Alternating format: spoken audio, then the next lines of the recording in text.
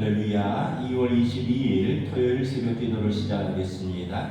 사도신경으로 우리의 신앙을 고백합니다. 나는 전능하신 아버지 하나님 천지의 창조주를 믿습니다. 나는 그의 유일하신 아들 우리 주 예수 그리스도를 믿습니다. 그는 성령으로 잉태되어 동정녀 마리아에게서 나시고 본디오 빌라도에게 고난을 받아 십자가에 못 박혀 죽으시고 장사된 지 사흘 만에 죽은 자 가운데서 다시 살아나셨으며 하늘에 오르시어 전능하신 아버지 하나님 우편에 앉아 계시다가 거기로부터 살아있는 자와 죽은 자를 심판하러 오십니다. 나는 성령을 믿으며 거룩한 공교회와 성도의 교제와 죄를 용서받는 것과 몸의 부활과 영생을 믿습니다. 아멘. 찬송가 357장 찬양하시겠습니다. 찬송가 357장입니다.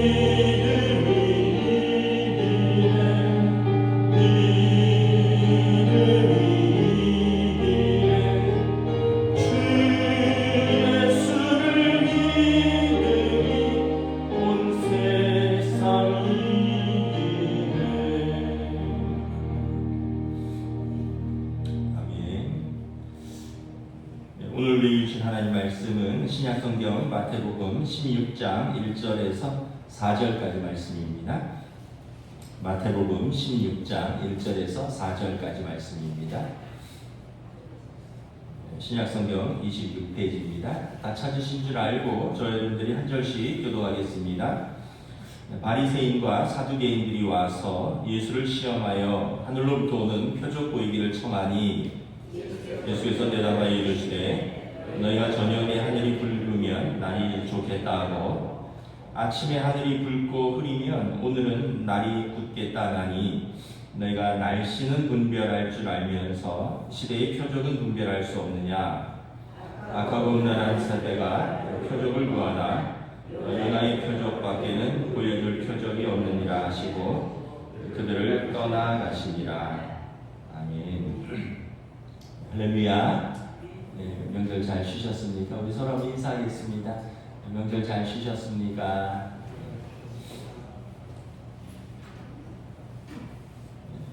이제 날씨가 봄이 온 것 같습니다.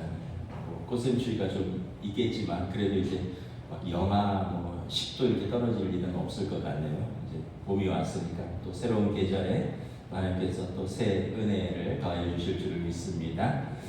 또 오늘부터 우리 청년부랑 학생부가 교회에서 1박 2일로 또 수련회를 갔습니다.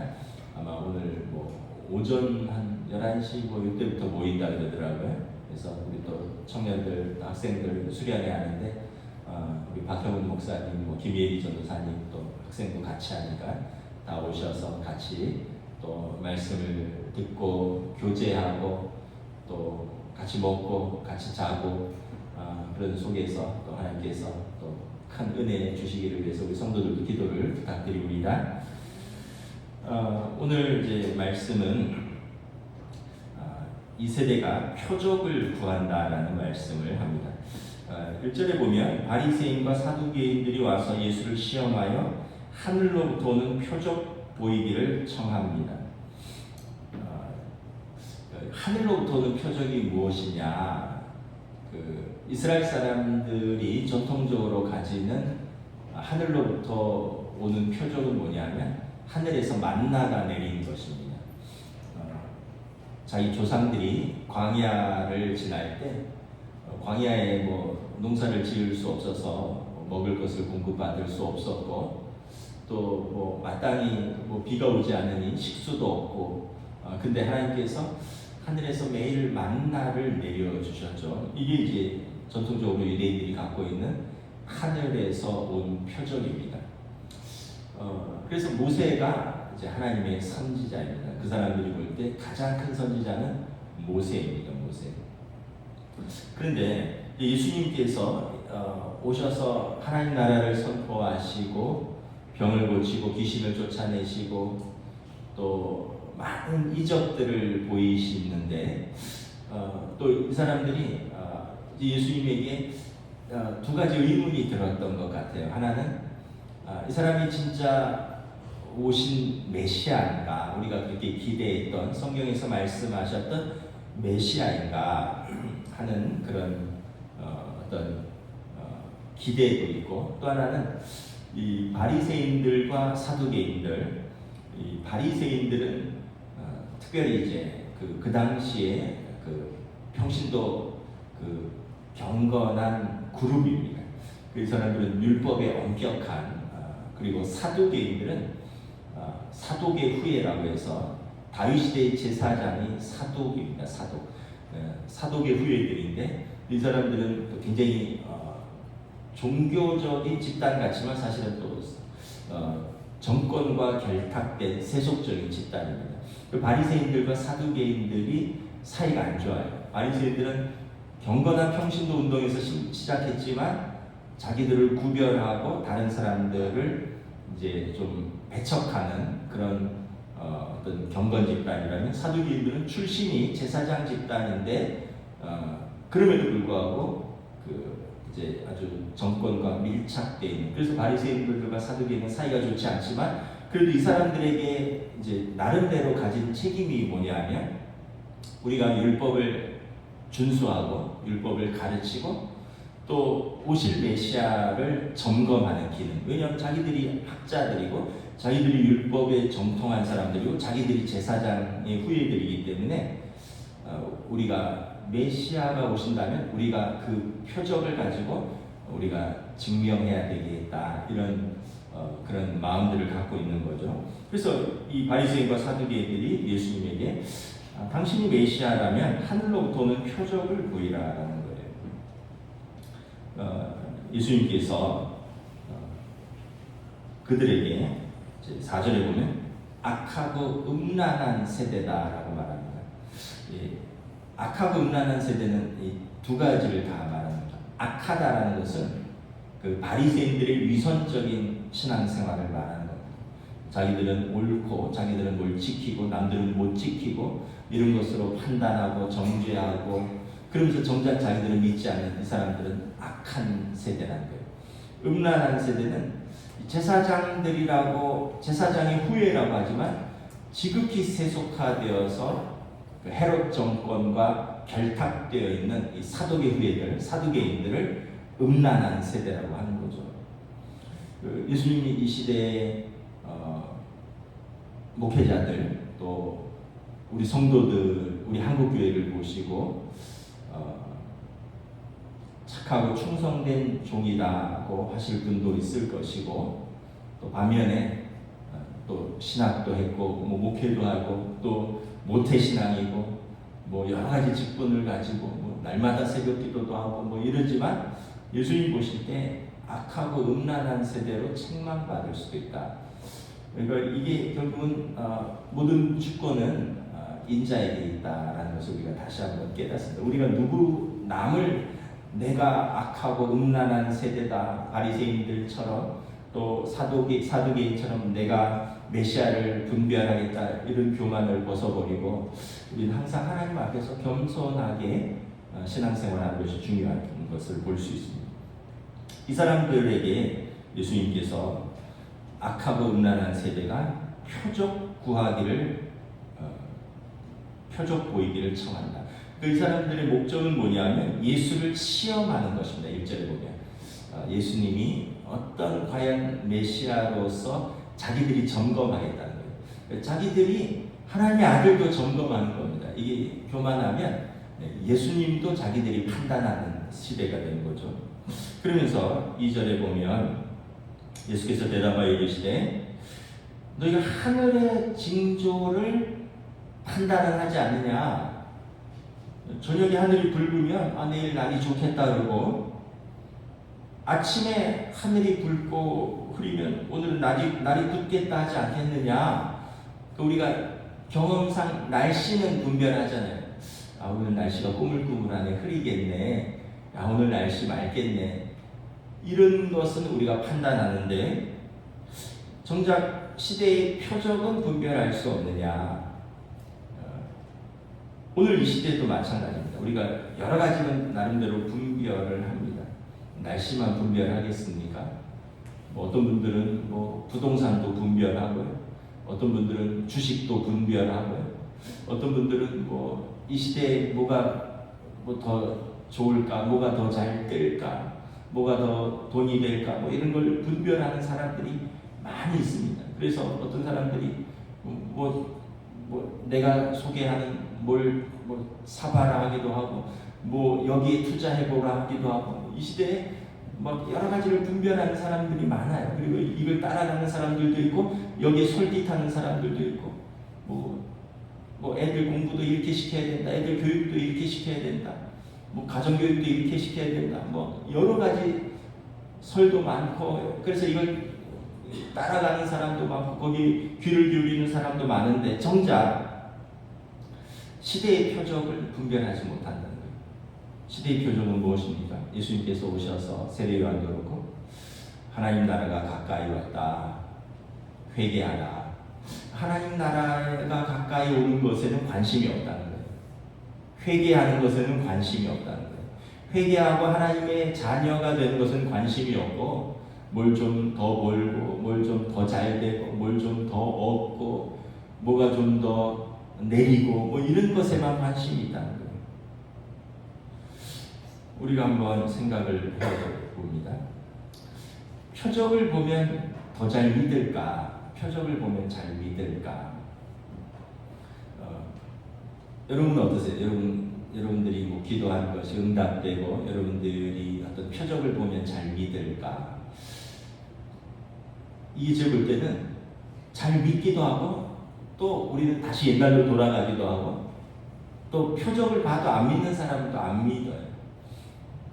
어렸을 때부터 항상 그 시험 때만 되면 열심히 기도했던 기억이 있습니다. 이번 시험만 좀 잘 보게 해주세요. 그럼 더 열심히 하나님의 뜻대로 살겠습니다. 뭐 1년에 4번은 꼬박 했던 것 같아요. 중간고사, 기말고사, 2학기 중간고사, 기말고사. 학생 때 항상 그런 기도를 했고 또 군대 가서 힘든 훈련이 있으면 또 그런 기도를 했었고 뭐 결혼 생활이나 목회나 뭐 여러 가지 어떤 어려운 일들, 아이들 키우다가 어려운 일들이 있으면 또 간절하게 또 그런 기도를 했고 그러다 이제 그 문제가 좀 해결이 되거나 지나가면 언제 내가 그런 기도를 했던가 좀 흐릿해지고 다시 또 믿음이 없다는 건 아닌데 다시 그때처럼 간절한 마음은 사라지는 것 같아요. 그러니까 표적이 우리를 구원할까? 그건 꼭 아닌 것 같습니다. 예수님 시대에도 보면 문둥병자 10명이 깨끗함을 받았습니다. 그런데 한 명만이 예수님께 돌아왔다 그랬어요. 예수님께서 너희 나머지 9명은 어디 있느냐? 라고 물으셨어요. 그러니까 표적을 보고 구원을, 믿음을 가지고 구원의 자리로 나오는 사람은 10명 중에 1명이라는 얘기죠. 10%라는 얘기예요. 그러니까 그 얘기는 표적이 어떤 믿음을 가지는 절대적인 조건은 아니라는 거예요. 물론 이제 표적 때문에 믿음을 가지는 분들도 있습니다. 근데 예수님 시대에도 보면 수많은 사람들이 오병이어 떡을 먹었잖아요.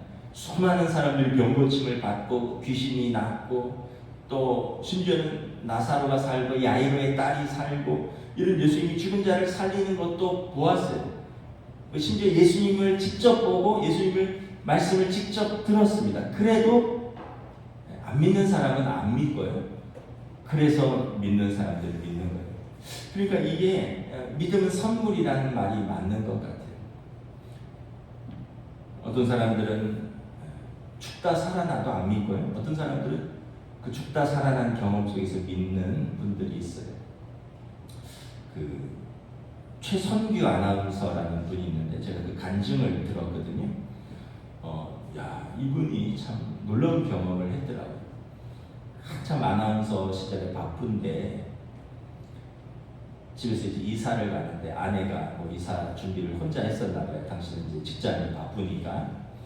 근데 이제 1살 된 딸이 있었는데 이삿짐 트럭이 들어오고 막 골목으로 들어오고 이러는데 엄마가 뭐 막 정신 없으니까 이사 혼자 막 이사 준비하다가 정신이 없으니까 딸을 놓쳤나 봐요.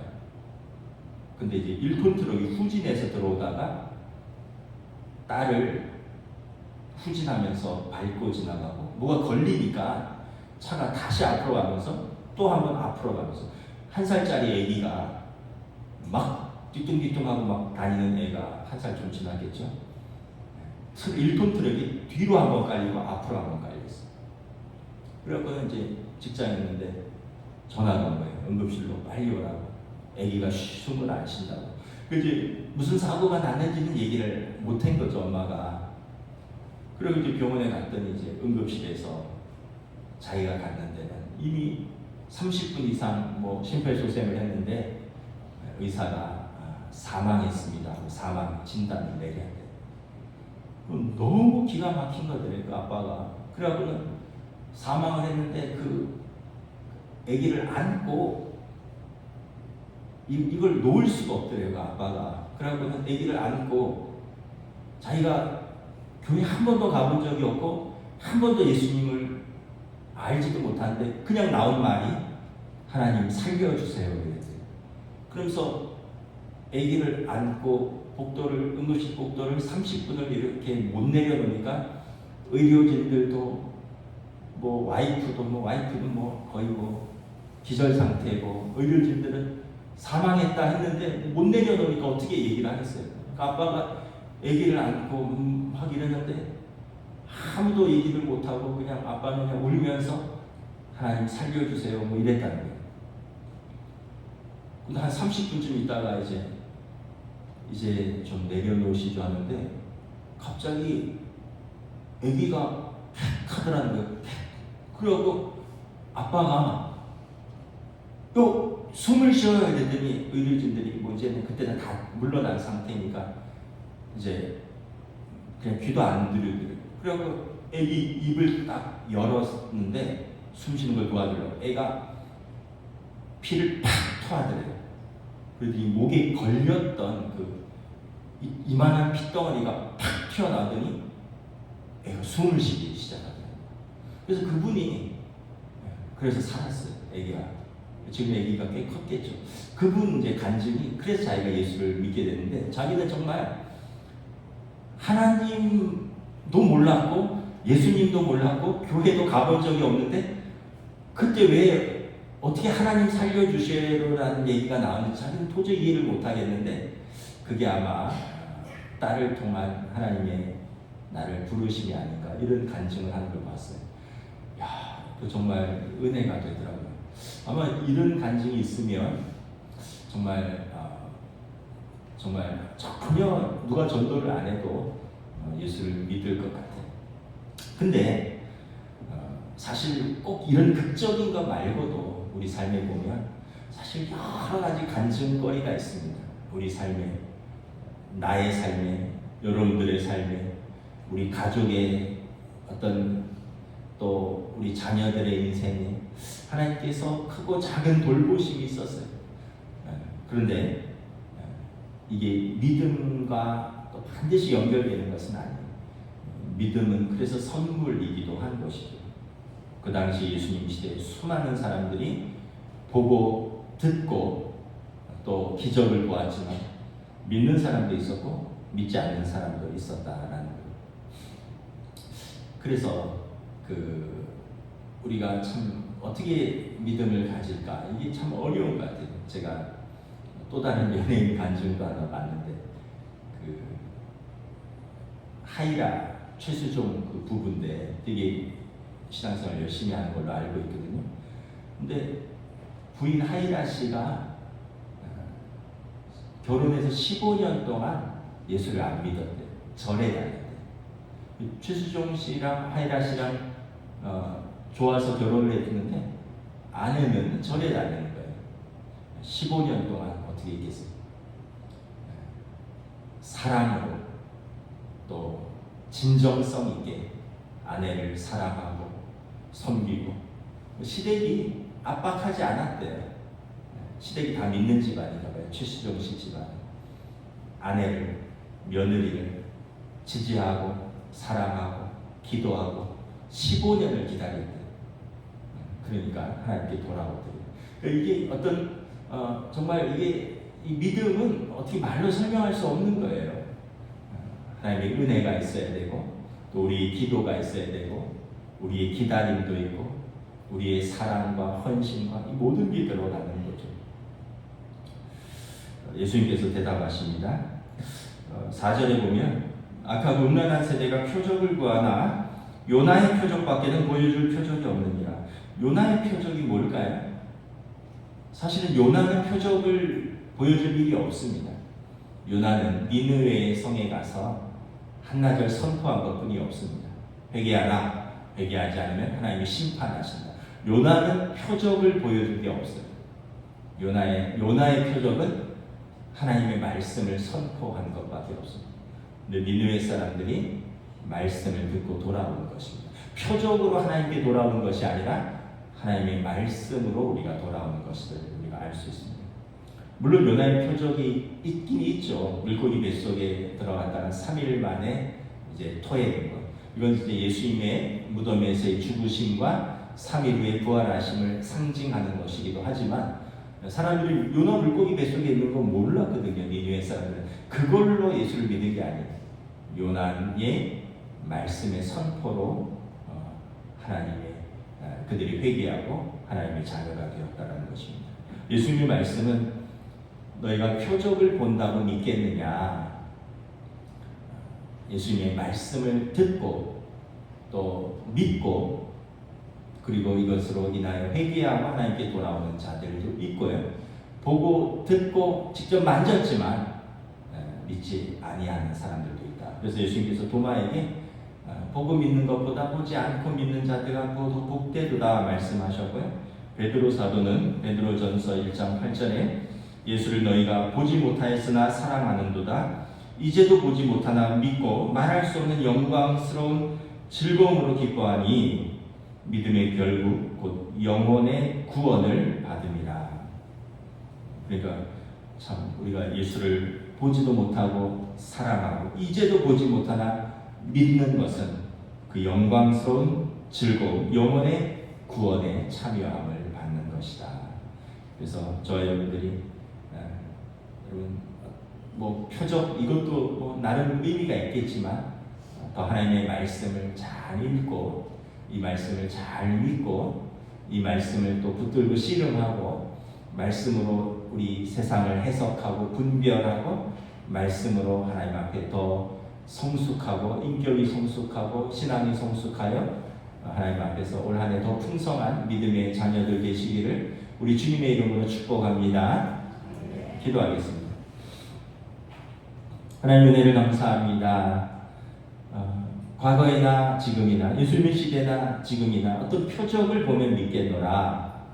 내 일이 잘 풀리고 내 병이 낫고 심지어 내가 하나님 나라 한번 갔다 오거나 보여주면 잘 믿겠노라. 그러나 예수님의 말씀은 악하고 음란한 세대가 표적을 구하나 사실 그 시대에 예수님을 보고 듣고 친히 가르침을 받고 그리고 친히 병고침을 받아도 돌아오는 이들은 극소수였음을 우리가 알 수 있습니다. 결국 예수님의 제자들은 표적이 아니라 예수님의 부르심에 순종하였고 예수님의 말씀을 믿었고 예수님의 말씀에 순종하였고 그리고 예수님을 따라가는 제자들이 되었던 것을 우리가 말씀을 통해서 다시 한번 깨닫습니다. 우리의 삶에 어떤 기적과 이적과 표적을 구하는 믿음이 아니라 하나님 앞에서 우리가 처음 붙들은 이 믿음, 두려움과 떨림 가운데 우리가 이 믿음의 구원의 믿음을 붙들고 우리가 오늘도 한 걸음 한 걸음 더 나아갈 수 있도록 성령이 친히 인도하여 주시옵소서. 말씀에 굳게 서는 반석 위에 세워진 믿음의 삶으로 저희들을 성령님 인도하여 주시옵소서. 감사를 드리오며 우리 주 예수 그리스도 이름으로 기도드리옵나이다. 아멘. 하늘에 계신 우리 아버지, 아버지의 이름을 거룩하게 하시며 아버지의 나라가 오게 하시며 아버지의 뜻이 하늘에서와 같이 땅에서도 이루어지게 하소서. 오늘 우리에게 일용할 양식을 주시고 우리가 우리에게 잘못한 사람을 용서하여 준 것 같이 우리 죄를 용서하여 주시고 우리를 시험에 빠지지 않게 하시고 악에서 구하소서. 나라와 권능과 영광이 영원히 아버지의 것입니다. 아멘.